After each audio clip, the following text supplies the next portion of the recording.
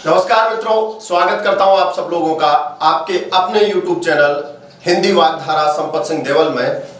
साथियों, पिछले वीडियोस में हमने जो बात की वो आदिकाल के नामकरण और काल विभाजन को लेकर। आज का अपना जो बिंदु है वो है आदिकालीन साहित्य। बस आपको भी साहित्य इतिहास कैसे पढ़ना है ये टॉपिक्स टिप्स पे कर लो, छोटे छोटे। सबसे छोटा टॉपिक वो 5 रचनाएं बड़ी जो आधारभूत सामग्री है। फिर साहित्य इतिहास लेखन परंपरा में किस आदमी ने कौन सा साहित्य इतिहास लिखा है, उस सीरीज में आ जाइए दोस्तों। एक एक नाम लेकर सबका, तासी, करीमुद्दीन, सेंगर और उनकी विशेषताएं, उनके द्वारा किया गया काल विभाजन हर आदमी के साथ। जब ये आपका टॉपिक क्लियर हो जाए तो फिर आप तैयार हो जाओ कि अब मुझे आदिकाल का साहित्य पढ़ना है। दोस्तों, आदिकाल का साहित्य, इसे पढ़ने के लिहाज से हम 3 टुकड़े कर लेते हैं।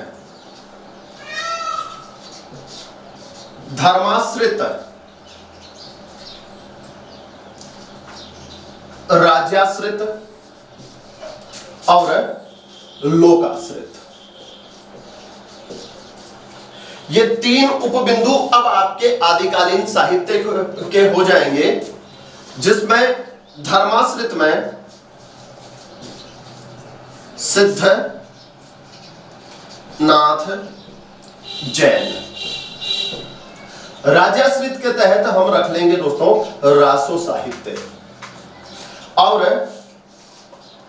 खुसरो की पहेलियां, विद्यापति की पदावली, राउलवेल, ढोला मारूरा दूहा,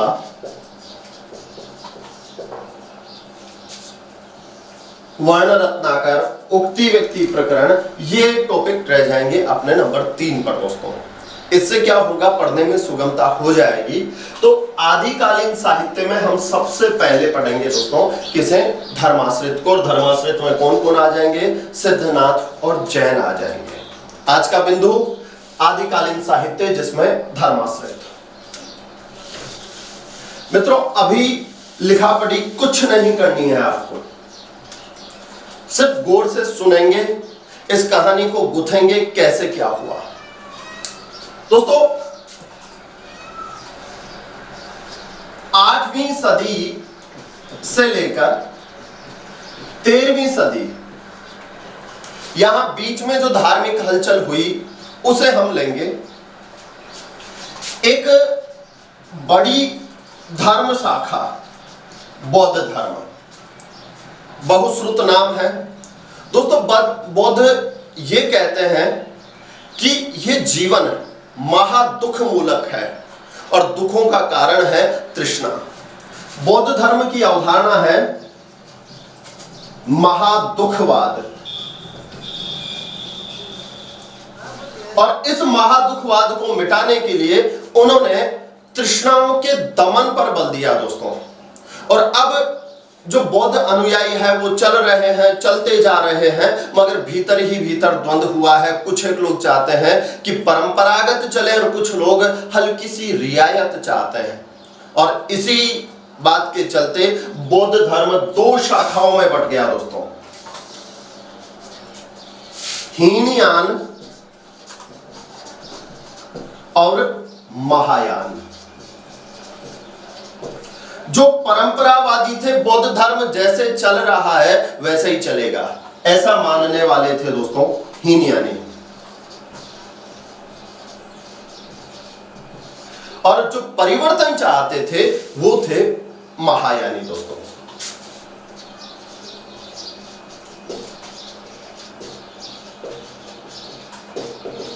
हम बात कर रहे हैं बौद्ध धर्म की। बौद्ध धर्म के 2 टुकड़े हो गए। जैसा चल रहा था वैसा तो हीनयान तो है ही, मगर अब नवीनीकरण लेकर आए हैं दोस्तों महायानी।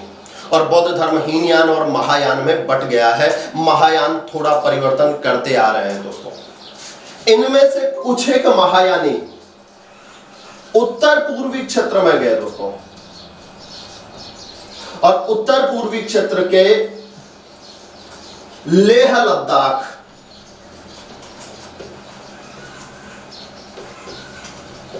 कहां गए? लेह लद्दाख में गए हैं महायानी दोस्तों। और वहां जाकर उन लोगों ने देखा कि उत्तर पूर्वी क्षेत्र के लोगों की बड़ी मान्यता है वज्र में, यानी टोने टोटके में। दोस्तों अगर इन महायानियों को यहां पूजना है तो इन लोगों को भी ये वज्र अपनाना पड़ेगा, क्योंकि जनता का दिल जीतना इनके लिए परम कार्य है।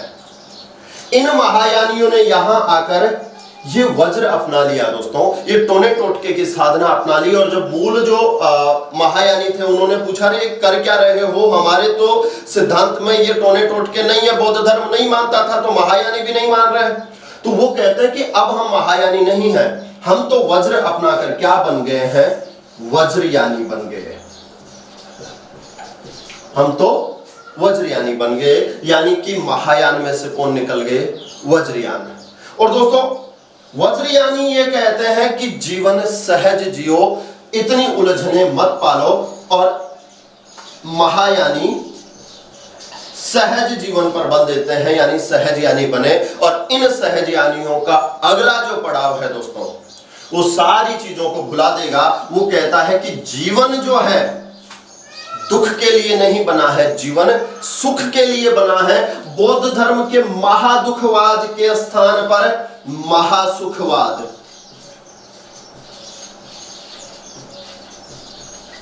को लेकर जो आएंगे वो सिद्ध होंगे दोस्तों। बौद्धों ने क्या कहा कि दुखों का कारण क्या है? तृष्णाएं हैं, इसका दमन करो। ये कहते हैं सुख तब मिलेगा जब उन तृष्णाओं का भोग करोगे। तो ये क्या बने? ये भोगवादी बने दोस्तों। और भोगवादी बनने के लिए इन्होंने अपना लिया पंचमकार। मैं से शुरू होने वाली 5 चीजें, मांस, मदिरा, मत्स्य, मुद्रा और सहवास, नारी संसर्ग, मैथुन, ये 5 मैं अपना लिए दोस्तों। और अपने आप को रिजुता छोड़कर, दक्षिण पंथ छोड़कर अपने आप को वामवादी घोषित किया और नाम रख लिया कि हम मंत्रों से सिद्धि प्राप्त करना चाहते हैं। और आज से हम हो गए हैं सिद्ध। ये कड़ी है दोस्तों सिद्धों के आने की। बौद्ध धर्म की विचारधारा जीवन को लेकर महादुखवाद है और दुखों का कारण तृष्णाएं हैं, इसलिए तृष्णाओं का दमन करो। बौद्ध धर्म बटा कितने भागों में? 2 भागों में, हीनयान और महायान। आप उतारिए मत, स्क्रीनशॉट लेकर क्लास के बाद में इत्मीनान से काम कर लेना। सुने इसे तो, एक धागे में कई गांठें आएगी दोस्तों, और हर गांठ को जानना है। बौद्ध धर्म से कौन निकला? महायान। महायानियों ने उत्तर पूर्वी क्षेत्र में लेह लद्दाख में आकर अपने मूल रूप को छोड़ा। जहां तंत्र साधनाएं नहीं थी वहां टोने टोटके की साधना लेकर आए और अपने आप को वज्रयानी कहने लगे दोस्तों। मित्रों इन्हीं वज्रयानियों में से जो प्रवृत्ति आई वो सहजयान की आई, और सहजयान से अगला पड़ाव सिद्ध का है। अर्थात सिद्धों और वज्रयानियों के बीच में कोई भाव आता है तो वो सहजयान आता है। बौद्ध, महायान, वज्रयान, सहजयान और सिद्ध। ये सिद्ध कौन थे? जो मंत्रों से सिद्धि प्राप्त करना चाहते थे वो सिद्ध थे। और इन सिद्धों ने अपने आप की जो विचारधारा रखी वो रखी दोस्तों कि जिंदगी मिले ना दोबारा, तो जीवन दुखों के लिए नहीं है, जीवन तो सुखों के लिए है। और महादुखवाद की जगह पे कल्पना की महासुखवाद की। तृष्णाओं के दमन की अपेक्षा की तृष्णाओं के भोग की, और उस भोग के लिए उन्होंने पंचमकार, मांस, मदिरा, मत्स्य, जलीय जीव, मुद्रा और मैथुन, ये 5 चीजें अपना ली है दोस्तों। और वो अपने आप को कहने लगे हैं सिद्ध, वामवादी। दक्षिण से रिजुता छोड़कर वो जो है वामवादी हो गए हैं दोस्तों। जब इन लोगों ने ये पंचमकार अपना लिया तो ये तो कुछ एक चीजें तो गृहस्थों के लिए भी वर्जित है। इसलिए दोस्तों इन्हीं सिद्धों में से जो महासुखवाद की जगह पे चारित्रिक शुद्धता पर बल देंगे, वो निकलेंगे नाथ। यानी कि सिद्धों का अगला स्टेप पंचमकार को अपना कर सहज यानी सिद्ध है, तो पंचमकार को त्याग कर सिद्ध नाथ बने। दोस्तों, बौद्ध धर्म याद रखें, हीनयान, महायान, महायान वज्रयान, सहजयान, सिद्ध, और सिद्धों से जो अलग चीज हुई है वो है दोस्तों नाथ। एक बार आप स्क्रीनशॉट जैसा का जैसा ले लीजिए, मैं यहां स्थान कम होने के कारण मिटाकर दोबारा बताऊंगा आप लोगों को। पहले परंपरा सीख जाइए, उत्तर पूर्वी क्षेत्रों में आकर वज्र अपनाकर वज्रयानी बने, और वज्रयानियों का ही जो अगला रूप है सहजयान से होता हुआ वो सिद्ध है। दोस्तों, सिद्धों की संख्या 84 है और नाथों की संख्या 9 है। खूब कहते हैं, खूब डायलॉग है ये तो, 9 नाथ और 84 सिद्ध। दोस्तों, सिद्धों ने बौद्ध धर्म के मूल रूप दुखवाद को महासुखवाद में बदला, दमन की अपेक्षा भोग पर बल दिया, दक्षिण पंथ की अपेक्षा वाम पथ पर बल दिया, पंचमकार की साधना अपनाई और नारी को साधना के केंद्र में लेकर आए पंचमकार के रूप में। दोस्तों, ओके,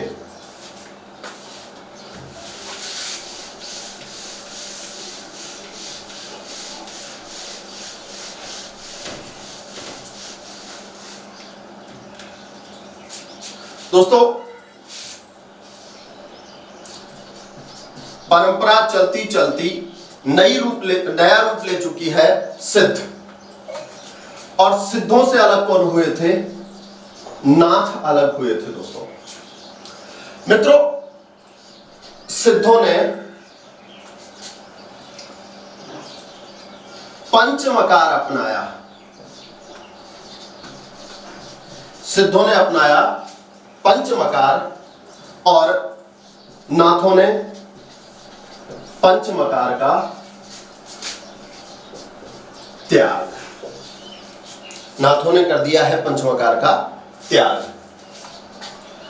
साधना के केंद्र में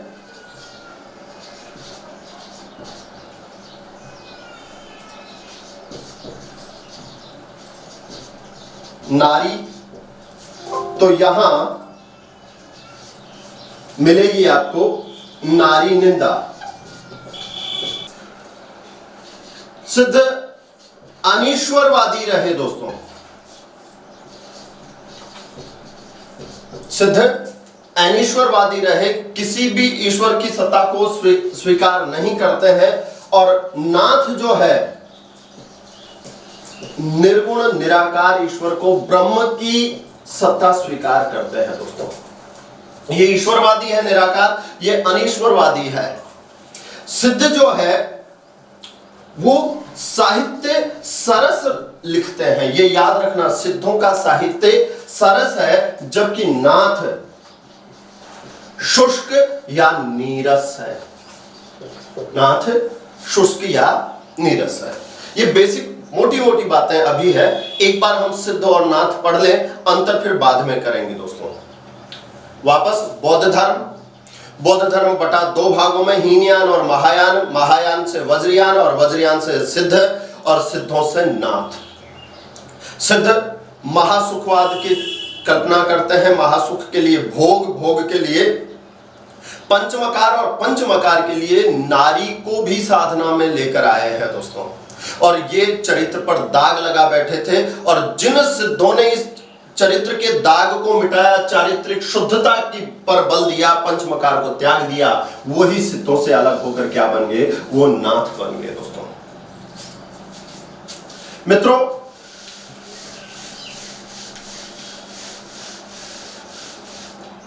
सिद्ध बौद्धों की ही परंपरा में थे, तो सिद्धों का की जो प्रारंभिक भाषा है, सिद्धों की प्रारंभिक भाषा रूप जो है वो मगही है। याद रखना, अपभ्रंश जो साहित्य लिखा उसमें सिद्धों की प्रारंभिक भाषा क्या है? मगही है। सिद्ध उत्तर पूर्वी क्षेत्र में अधिक विकसित हुए, और इनका प्रधान केंद्र जो है वो श्री पर्वत माना जाता है। ये पर्वत का पर्यायवाची कुछ भी आ सकता है दोस्तों, श्री शैल आ जाए, श्री पर्वत आ जाए। सिद्धों का प्रधान केंद्र श्री पर्वत माना जाता है और ये बंगाल,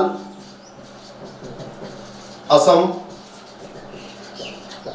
उड़ीसा आदि उत्तर पूर्वी क्षेत्रों में फैले हुए थे दोस्तों अगला जो बिंदु है सिद्धों के आधार ग्रंथ। सिद्धों के आधार ग्रंथ में सबसे महत्वपूर्ण है मंजूश्री मूलकल्प। मंजूश्री मूलकल्प, आदि कर्म, प्रदीप और साधना समुच्चय। ये तीन रचनाएं जो है सिद्धों के आधार ग्रंथ या विचार दर्शन ग्रंथ है।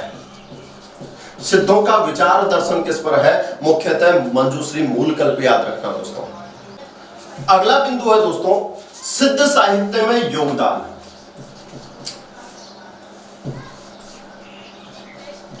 सिद्ध साहित्य में योगदान। दोस्तों सिद्ध साहित्य में जो जिन लोगों ने सिद्धों के साहित्य को खोज कर आज हम लोगों तक पहुंचाया, उसमें किस किस का योगदान है? उसमें बड़े नाम चार आते हैं। एक पश्चिमी विद्वान है, सबसे पहले उनका नाम आता है बेंडल। दूसरे दोस्तों महामहिम हरप्रसाद शास्त्री।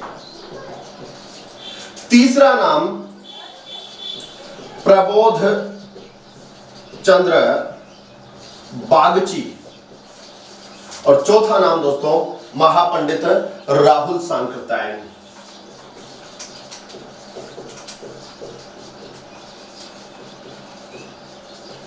सिद्धों के साहित्य को शोधने में जो नाम आए वो बेंडल, महामहिम हरप्रसाद शास्त्री। दोस्तों हरप्रसाद शास्त्री की रचना का नाम है बौद्ध गान। गान यानी चर्यापद गीत और दूहा। ये बंग अक्षरों में आचार्य शुक्ल के अनुसार ये बंगाली यानी बंग अक्षरों में लिखी मिलती है और समय इसका 1916-17 है दोस्तों। प्रबोध चंद्र बागची, इनकी रचना कालबोध निर्णय, ये 1934 की है। और राहुल सांकृत्यायन की दोस्तों सिद्धों के जो पद है उन्हें संपादित ग्रंथ है हिंदी काव्य धारा 1945। ये नाम सिर्फ याद रखें। सिद्धों के साहित्य में किस किस का योगदान है? सबसे पहले ये प्राच्यविद थे, पश्चिमी विद्वान है बेंडल, महामहिम हरप्रसाद शास्त्री जिनकी रचना बौद्ध गान और दूहा, और वो भाषा उसकी बंगाली है। दोस्तों बौद्ध गान और दूहा इन पर रिसर्च का काम जो महामहिम हरप्रसाद शास्त्री ने किया, उनका क्षेत्र था नेपाल। और नेपाल में सिद्धों की पुस्तकें शोधते शोधते इन्हें कीर्ति लता भी मिली थी दोस्तों। कीर्ति लता का जो अनुसंधान किया, खोजी, वो भी किसने? हरप्रसाद शास्त्री ने। प्रबोध चंद्र बागची और राहुल सांकृत्यायन ये तिब्बत में अपना कार्य कर रहे थे और तिब्बत को आचार्य रामचंद्र शुक्ल ने वहां भोट प्रदेश नाम दिया है दोस्तों। ये भोट प्रदेश से अपना सिद्धों को लेकर कार्य कर रहे थे। देखिए सिद्ध आने से पहले जो प्रश्न पूछे जाते हैं, ये नेट का बहुत प्यारा प्रश्न है। आप देखना हर दूसरी तीसरी परीक्षा में आ जाता है कि बौद्ध गान और दूहा के लेखक कौन है या महामहिम हरप्रसाद शास्त्री की रचना निम्न में से कौन सी है। तो यहां सिर्फ आपको नाम याद रखने हैं दोस्तों। अगला बिंदु है दोस्तों सिद्ध साहित्य की प्रवृत्तियां, विशेषताएं। ये नामकरण, कालबोध और प्रवृत्तियां, साहित्य इतिहास, जब भी किसी भी परीक्षा का सिलेबस बनता है तो ये 3 तरह के प्रश्न बनते हैं। किस काल का नामकरण किसने किया है, उसका काल विभाजन क्या है, और उसके अंतर्गत आने वाले साहित्य, साहित्यकार और साहित्य की प्रवृत्तियां। तो आदिकालीन साहित्य प्रवृत्तियों में हम सिद्धों की प्रवृत्तियां, जिसमें सबसे पहले दोस्तों गुरु का महत्व है। दोस्तों अगर हम ये कहें कि संतों का जो प्री पड़ाव है वो सिद्ध है, तो वो बिल्कुल गलत नहीं है। गुरु का महत्व, अनीश्वरवादी, अनीश्वरवाद, ईश्वर की सत्ता को स्वीकार नहीं करते हैं, तो जो कुछ है वो तेरी काया में है, इसलिए काया की साधना। अनीश्वरवाद, अनीश्वरवाद के बाद काया की साधना। दोस्तों सामाजिक खंडन मंडन, सामाजिक खंडन मंडन, सामाजिक खंडन मंडन। दोस्तों ऊंच नीच, जाति पाति, छुआछूत, इनमें ये लोग विश्वास नहीं करते थे। सामाजिक खंडन मंडन, पंचमकार की साधना, पंचमकार की साधना, नारी को साधना के केंद्र में रखा। दोस्तों नारी संसर्ग से इन्हें परहेज नहीं था, मगर ये गृहस्थ भी नहीं थे, यानी कि जो लिव इन रिलेशनशिप का जो कॉन्सेप्ट है वो सिद्धों का बहुत पहले हो चुका था। गृहस्थी में अनासक्ति, तो ये गृहस्थी में अनासक्ति, ये कहते हैं कि राग में भी क्या होना चाहिए, विराग होना चाहिए। गृहस्थी में अनासक्ति यानी राग में विराग, लिप्त रहकर भी साधना की ओर लीन रहना, राग में विराग रहेगा।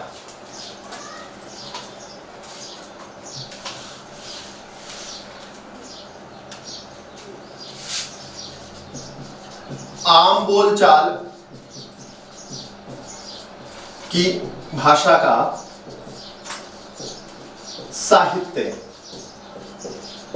आम बोलचाल की भाषा का साहित्य। दोस्तों सांध्य शैली, सिद्धों ने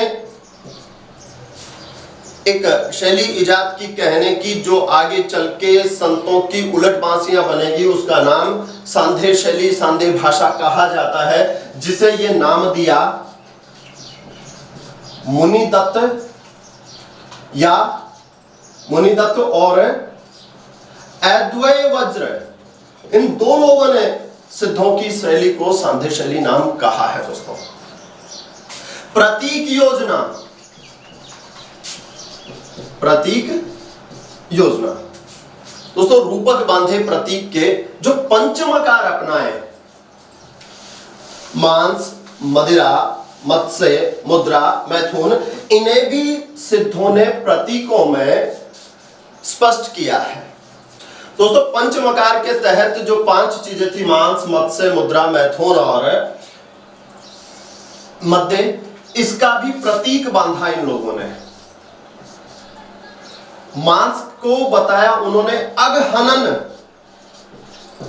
यानी पाप मुक्ति। मत्स्य जलीय जीव है दोस्तों, और 2 नाड़ियां हैं, इंगला पिंगला, और यहां मत्स्य के तहत इंगला और पिंगला बोध। मुद्रा है मिथ्या निवारण।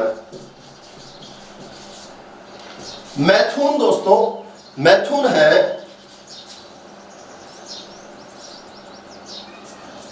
शिव, सहस्रार में शिव व कुंडलनी योग, और जब शिव और कुंडलिनियों का योग हो जाता है तो सहस्रार से झरने वाला अमृत।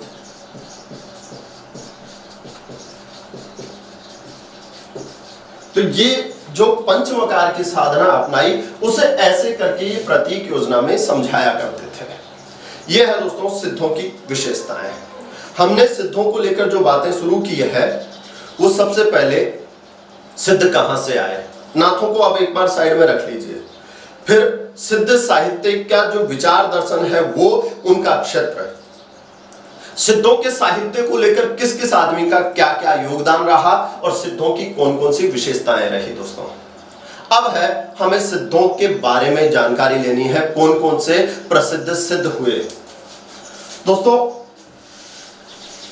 नवनाथ और 84 सिद्ध, इन 84 सिद्धों में कहीं 3 कहीं 4 नाम मिलते हैं योगिनियों के, जिनमें मणिभद्रपा, मेखलपा, कनखलपा और लक्ष्मी खरा।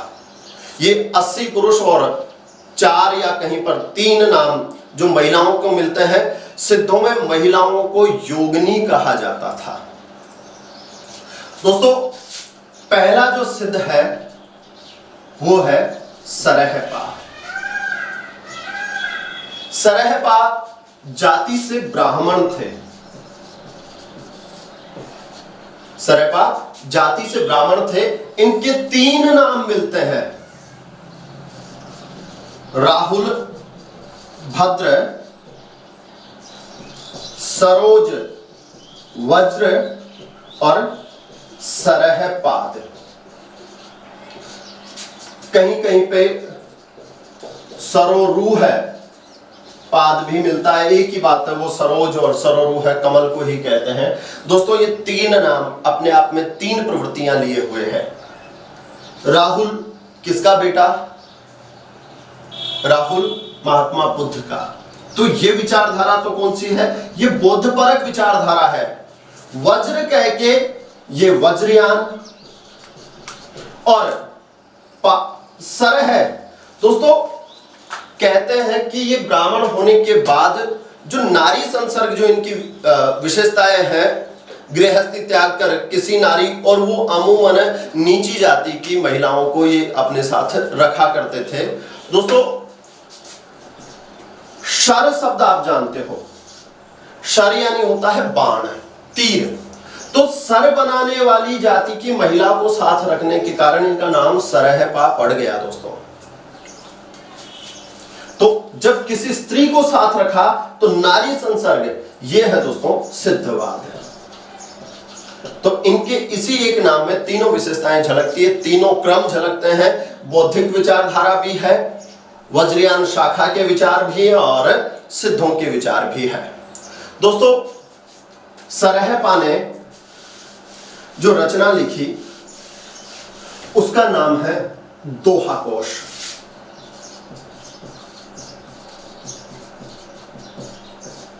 सरहपा की रचना का नाम दोहा कोश है। और इन दोहों में दोस्तों उन्होंने आडंबरों का, गुरु का महत्व, आडंबरों का खंडन, ये सारी चीजें बताई। जह मन पवन न संचराई, रवि शशि नहीं पवेश, ते ही वट चित विषाम करूं, सरहे कहे उवेश। दोस्तों अपभ्रंश में साहित्य लिखने के बावजूद इनकी भाषा हिंदी के निकट है। जह जहां मन पवन न संचराई, रवि शशि नहीं पवेश। अभ्रंश जो रूप मिलता है वो सिर्फ प्रवेश का मिला। तेहि वट चित विश्राम करो, विश्राम विश्राम है। सरहे कहे उवेश, ये उवेश उपदेश है। मन को ऐसी जगह पे ले जाना चाहता है जहां मन, पवन और चंद्रमा का भी संचार नहीं होता है। दोस्तों ये दोहा जो है हिंदी के निकट होने के कारण राहुल सांकृत्यायन इसे हिंदी का पहला कवि घोषित करते हैं। प्रथम कवि। मैंने हिंदी का प्रथम कवि आपको अभी तक नहीं पढ़ाया है, क्योंकि मैं पहले आप लोगों को परिचय कराऊंगा इन कवियों से, फिर आप ही अपने विचारों से खुद ही तय कर लोगे कि मैं किसे हिंदी का पहला कवि मानूं, किसे नहीं मानूं, किसकी विचारधारा किस कवि के साथ है। दोस्तों ये पहला सिद्ध तो है ही, साथ में हिंदी का पहला कवि, और इसे बताने वाले मानने वाले कौन है, वो है दोस्तों राहुल सांकृत्यायन। राहुल सांकृत्यायन का खुद का मूल नाम जो था दोस्तों वो केदार पांडे था। केदार पांडे बौद्ध धर्म ग्रहण करके फिर अपना नाम राहुल रखते हैं, नागार्जुन की तरह है दोस्तों। मित्रों, सरहपा का ये दोहा, ये अपभ्रंश से अगला स्टेप जो है हिंदी का, जिसे हम पुरानी हिंदी आगे चल के 10वीं सदी के अंत में गुलेरी जी कहते हैं, तो यहीं से हिंदी का रूप परिवर्तन होने लगता है, मूल रूप आने लगता है। इसलिए हिंदी का जो पहला कवि है वो किसी व्यक्ति का नाम नहीं आए और आपसे ये पूछे ना कि हिंदी का पहला कवि कौन है, तो आप नी धड़क सरहपा करके आना। जब अगर सरहपा हिंदी का पहला कवि है तो दोहाकोश हिंदी की पहली रचना हो जानी चाहिए। मगर दोस्तों दोहाकोश पूरी की पूरी मिली नहीं, उसके चंद दोहे मिले जो राहुल सांकृत्यायन ने हिंदी काव्य धारा में संकलित किए, इसलिए ये अप्राप्य होने के कारण हिंदी की पहली रचना का गौरव इसे नहीं है। दोस्तों याद रखना, हिंदी का पहला कवि राहुल सांकृत्यायन है, मगर उसकी रचना को हिंदी की पहली रचना का गौरव प्राप्त नहीं है। छंद कौन सा है? ये दोहा है, और यही दोहा आगे चल के हिंदी का मूल छंद बनेगा। इसलिए हिंदी का जो जातीय छंद है, हिंदी का जातीय छंद, ये किसे कहते हैं दोस्तों? ये दोहे को कहते हैं, क्योंकि अपभ्रंश जहां हिंदी के निकट थी वहां दोहा छंद लिखा जा रहा था, और यही दोहा आगे चल के हिंदी का मूल छंद बन जाता है, इसलिए इसे हिंदी का जातीय छंद माना जाता है। मित्रों, सरहपा की जो प्रमुख पंक्तियां हैं, गुरु उसे से अमीय रस, गुरु तो उपदेश देता है अमृत रस का, मगर धावई वा पीवई नहीं, जो मूर्ख दौड़ जाता है, भाग जाता है, उस अमृत रस को पीता नहीं है। बहु सतत है, ये सतत जो है ये शास्त्रार्थ है। बहु सतत है मरुथलई, जो बहुत शास्त्रार्थ रूपी मरुस्थल होगा, तिसये मरे जय ही, वहां पर वो शिष्य प्यासा मर जाएगा। तो किसका महत्व है? गुरु का महत्व है। जो गुरु के दिए गए अमृत वचनों को पिएगा नहीं, वो शास्त्रार्थ रूपी मरुस्थल में प्यासा मर जाएगा। इसका मतलब गुरु का होना आवश्यक है।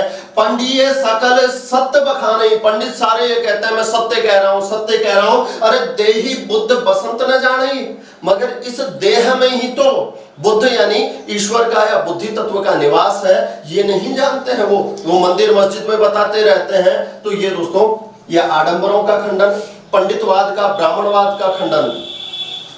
आगमन गमन न तेन विखंडई, तो भी निलज बड़ाई पंडई, ये एक ही पद है दोस्तों, जो आगमन और निगमन यानी आना जाने का विखंडन नहीं करते हैं, मोक्ष का विखंडन नहीं करते, मोक्ष की राह नहीं बताते हैं, और फिर भी अपने आप को निर्लज पंडित बताते हैं, उन्हें शर्म नहीं आती है। कबीरवाद और नाद न बिंदु न रवि शशि मंडल, रिजु तजबाम चले हो, रिजु तजबाम चले हो। दक्षिण पंथ को त्याग कर वामवादी होने की बातें कौन करते हैं? वो भी राहुल सांकृत्यायन करते हैं। अतः दोस्तों, यदि ये पूछा जाए कि संत साहित्य के प्रारंभिक बीज, प्रारंभिक रूप किसमें मिलता है, तो वो सरहपा में मिलता है। संत साहित्य का प्रारंभिक रूप सिद्धों में मिलता है, मगर व्यक्तिगत नाम पूछे तो वो सरहपा में मिलता है, और सरहपा का जीवन काल 769 ईस्वी है। पहला सिद्ध कौन? सरहपा।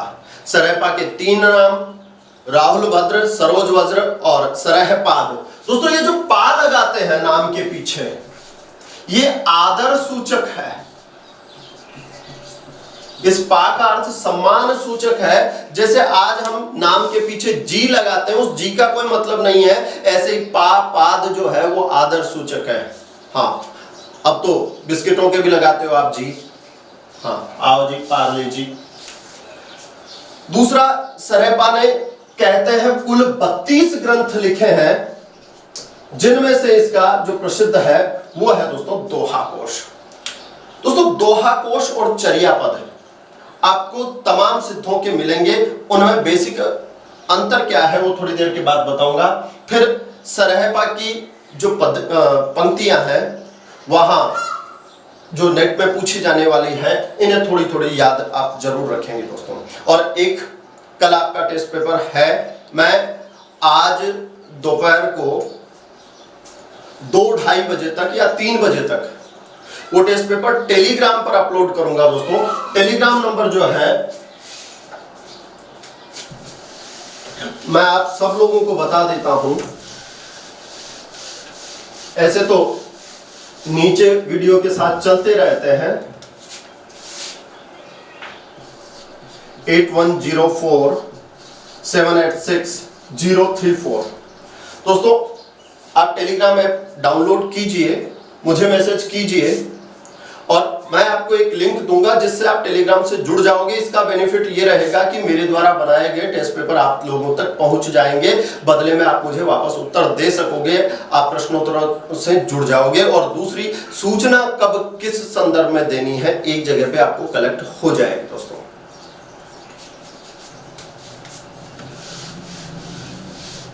मित्रों, दोहा कोश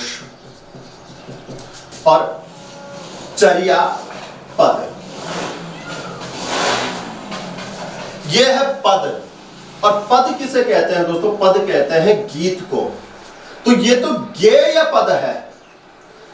चर्या पद क्या है? गेय पद है। पद का अर्थ गीत है, बचा क्या? चर्या। और चर्या का अर्थ होता है आचरण।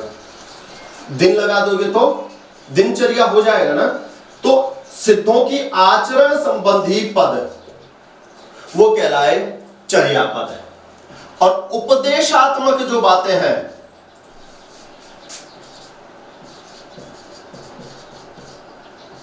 उपदेशात्मक बातें, ये दोस्तों ये दोहों में कही जाती थी। तो जो दोहों में उपदेश देगा उसके सब के दोहे क्या कहलाएंगे? दोहा कोश।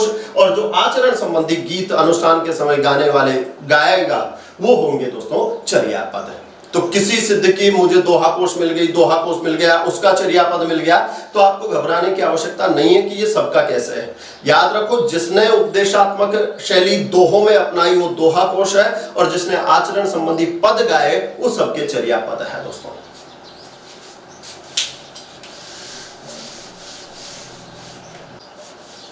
अगले सिद्ध है दोस्तों शबरपा। समय 780 ईस्वी। दोस्तों शबरपा वर्ण से क्षत्रिय थे। और शबर कहते हैं बहेलिया। दोस्तों बहेलिया यानी चिड़िया पकड़ने वाले, और चिड़िया पकड़ने वाली जाति की महिला को अपने साथ रखने के कारण ये शबरपा कहलाए। और अपना भी भेष इन्होंने वैसा ही कर लिया सबरों जैसा। इनके गुरु जो है वो सरहपा है। गुरु सरहपा। समकालीन शासक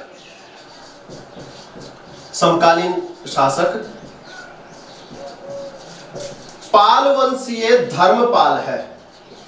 पालवंशीय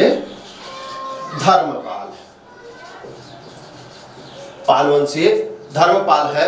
और दोस्तों ये विक्रमशिला के आचार्य थे। विक्रमशिला के आचार्य।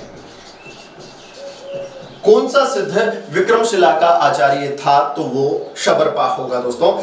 इनकी 2 रचनाएं प्रसिद्ध है, महामुद्रा गीत और चित्रगुह्य गंभीरार्थ। चित्रगुह्य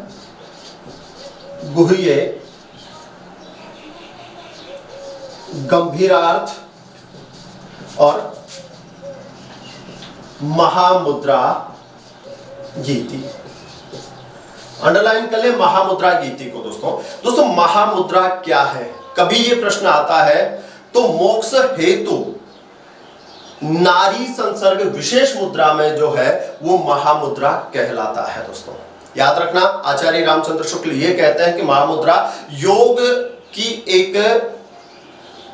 का एक जरिया है जिसमें नारी संसर्ग मोक्ष प्राप्ति हेतु विशेष परंपरा से किया जाता था। दोस्तों शबरपा की पंक्ति है, छाडू छाडू माया मोह विषया द्वंद्वली। मोह, माया और विषय जो तत्व है ये द्वंद्वात्मक होते हैं, इन्हें त्याग दीजिए। ये पंक्ति आप याद रखेंगे, ये पंक्ति शबरपा की है। साथियों अगले जो सिद्ध है वो है कणहप्पा। 820 ईस्वी में, और इनके गुरु जालंधर पा है। गुरु जालंधर पा ये भी वर्ण से ब्राह्मण थे, वर्ण से ब्राह्मण। और दोस्तों सिद्धों में सर्वाधिक ग्रंथ लिखने वाले 84 ग्रंथ लिखे हैं इन्होंने, जो सर्वाधिक है। सिद्धों में सबसे ज्यादा ग्रंथ किसने लिखे हैं? वो कणहप्पा ने लिखे हैं। दोस्तों कणहप्पा युगनद अवधारणा को स्पष्ट करते हैं कि द्योतक युगनद अवधारणा को स्पष्ट करते हैं। युगनद है जीव ब्रह्म, जिसे नर और नारी, दोस्तों इनके सहवास रत जो है नग्न चित्र उपस्थित किए गए हैं, उसे युगनद कहा है। और युगनद की अवधारणा के तहत कणहप्पा लिखते हैं कि जीव और ब्रह्म एक दूसरे में ऐसे समा जाए, शिव और जो कुंडलिनियां हैं वो ऐसे समा जाए जैसे लूण और पानी। जिमी लूण, बिलज्जई पानी, तिमी एही घरणी लेई जानी। जैसे लूण और पानी का समागम हो जाता है, ऐसे ही शिव और कुंडलिनियों का समागम हो जाना चाहिए। कहने वाले जो विद्वान है वो है कणहप्पा। दोस्तों मित्रों कणहप्पा के बाद अगला जो सिद्ध है वो है लुइपा। लुइपा के गुरु शबरपा है। लुइपा के गुरु शबरपा है और सिद्धों में सर्वाधिक प्रसिद्ध संत, सर्वाधिक प्रसिद्ध सिद्ध। दोस्तों इन्हें सहजवाद का प्रथम आचार्य माना जाता है। सहजवाद का प्रथम आचार्य माना जाता है और इनकी रचनाओं में रहस्यवाद और गूढ़ार्थ सबसे ज्यादा मिलता है। उड़ीसा का राज परिवार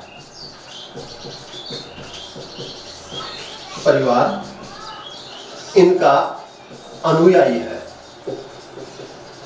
ये याद रखेंगे आप। सिद्धों में सबसे ज्यादा प्रसिद्ध सिद्ध कौन है? तो सिद्धों में सबसे ज्यादा प्रसिद्ध सिद्ध जो है वो लुइपा है। दोस्तों मित्रों लुइपा की सबसे प्रसिद्ध जो पंक्ति है, कागा तरुवर पंच विडाल। ये पंच विडाल जो है ये पंच विकार है। दोस्तों ये पंच विकार है जो बौद्धों की देन है, बौद्धों की देन। याद रहे संतों में भी पंच विकार जो है इसी सिद्ध परंपरा से होते हुए जाएंगे। जो हिंदू धर्म की विकार परंपरा है उसमें षड विकार है और बौद्धों में पंच विकार है। इन पंच विकारों में जो है आलस्य, काम, हिंसा, मोह, आलस्य, काम, हिंसा, मोह और चिकित्सा, ये पंच विकार जो है बौद्धों ने बताए। ये पंच विडाल जो है पंच विकार के प्रतीक है, जो आगे चल के संत भी यहीं से उठाएंगे। दोस्तों मित्रों अगले जो सिद्ध है मित्रों, अगले सिद्ध है डोंभिपा। डोंभिपा 840 ईस्वी इनका समय है। इनकी रचनाएं हैं डोंभी गीतिका,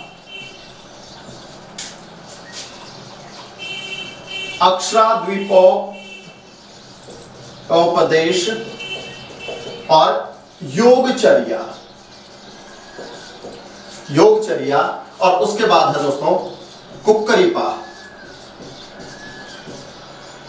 कुक्करीपा। इनके गुरु जो है वो चरपटिया माने जाते हैं और कहा जाता है कि इनके 16 ग्रंथ थे। दोस्तों सिद्धों में जो प्रसिद्ध चर्चित सिद्ध थे उनको लेकर हमने बात कर ली है। कल जो टेस्ट पेपर आपको दूंगा उसमें सिद्धों तक के प्रश्न पूछे जाएंगे। ये आपका सिलेबस है, नामकरण, काल विभाजन और सिद्ध। आप पढ़ के वो उत्तर मुझे देंगे।